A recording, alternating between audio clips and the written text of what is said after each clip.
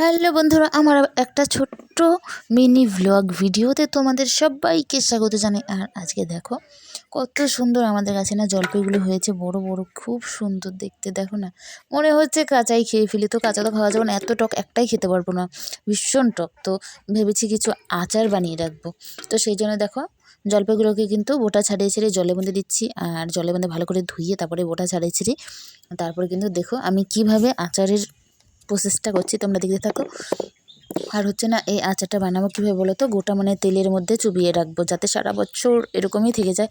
আর সারা বছর একটা একটা করে বের করে খাওয়া যায়, তেলের মধ্যে ডুবিয়ে রেখে দেবো। তো এটা ভেবেছি, সেই জন্য কিন্তু এই ব্যবস্থাটা করছি। তো তোমরা দেখতে থাকো আমি কীভাবে কাটছি জলপাইগুলো, আর পাশে থাকো। তো প্রথমে আমি জলপাইগুলো কিন্তু না মধ্যে দিয়ে ফাটিয়ে দেবো, আর লাস্টে সব যখন হয়ে যাবে তখন কিন্তু আমি হলুদ, লবণ, হালকা সর্ষের তেল সব কিছু মিক্স করে মাখিয়ে জলপাইটাকে ভালো করে তারপর কিন্তু আমি রোদ্রে শুকোতে দেবো। কয়েকদিন শুকানোর পর কিন্তু 2-3 দিন, বেশি শুকাতে লাগবে না, 2-3 দিন শুকানোর পর কিন্তু আমি ওটাকে তেলের মধ্যে দিয়ে মশলা, সব যত মশলা আছে 5 রকমের মশলা দিয়ে হচ্ছে এটাকে করে ভেজে মশলার গুঁড়োটা করে নিই।